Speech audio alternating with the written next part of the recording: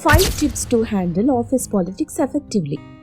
ఆఫీస్కి వెళ్ళని వాళ్ళు ఉంటారేమో గానీ ఆఫీస్కి వెళ్తే మాత్రం ఈ ఆఫీస్ పాలిటిక్స్ చూడని వాళ్ళు, వీటిలో ఇరుక్కోని వాళ్ళు ఉండరు. సో ఈ రోజు టాపిక్ ఆఫీస్ పాలిటిక్స్ ని ఎఫెక్టివ్ గా హ్యాండిల్ చేయడం ఎలా.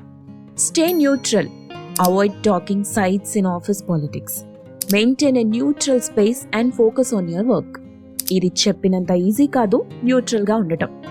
మనకి తెలియకుండానే మనకి పక్క వాళ్లతో ఉండే రిలేషన్ వలన ఏదో ఒక సైడ్ తీసుకోవాల్సి వస్తుంది. అప్పుడు ఆటోమేటిక్ గా ఆపోజిట్ గ్యాంగ్ కి మనం పక్క బ్యాడ్ అయిపోతాం. ఇది కష్టమే, కానీ కష్టపడాలి, న్యూట్రల్ గా ఉండాలి. ఒక కీ ఏంటంటే ఇలాంటి సందర్భాలు వచ్చినప్పుడు మనం ఏమీ మాట్లాడకుండా సైలెంట్ గా ఉండటం బెటర్.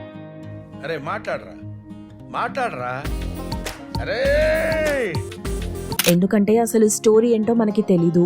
సాధ్యమైనంత వరకు ఎవరి సైడ్ తీసుకోకుండా మధ్యలో ఉంటే safe. Build strong relationships, develop positive relationships with colleagues. This can help you negative office politics more effectively. అందరితో బాగుండాలి, అందరితో మంచి రిలేషన్షిప్ బిల్డ్ చేసుకుంటే అనవసరమైన తలనొప్పులుండవు. ఇలాంటి గుడ్ నేచర్ తో ఉండటం వల్ల మనకి ఎప్పటికైనా ఉపయోగమే. Be mindful of your words and actions. Your words and actions can have a maximum impact on how others perceive you. Be cautious about what you say and do. ఇది చాలా important.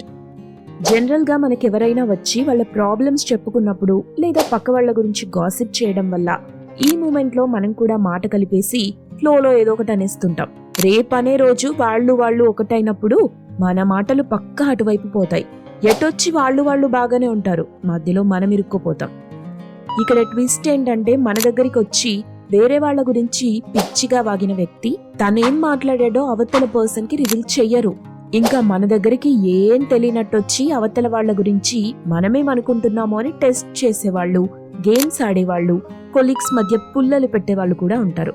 జాగ్రత్తగా ఉండాలి. Avoid gossip. Gossip can damage relationships and create a toxic work environment. Avoid participating in gossip and rumours. అన్నిటికన్నా చాలా important point ఇది. Gossiping కి చాలా దూరంగా ఉండాలి. కొలీగ్స్ తో మన బాధలు షేర్ చేసుకోవడం వేరు, గాసిపింగ్ చేయడం వేరు. చాలా తేడా ఉంది.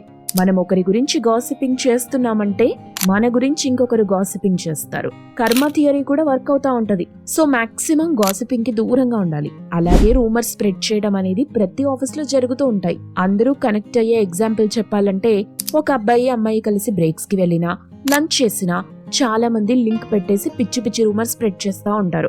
ఇలాంటి వాళ్ళకి కర్మ సరైన సమాధానం చెప్తుంది. ఇది పక్కన పెడితే ఒక వర్క్ ఎన్విరాన్మెంట్ ని స్పాయిల్ చేస్తా ఉంటారు. ఇది అటు తిరిగి ఇటు తిరిగి ఏదో ఒక రోజు మెంటల్ హెల్త్ దెబ్బతీస్తుంది.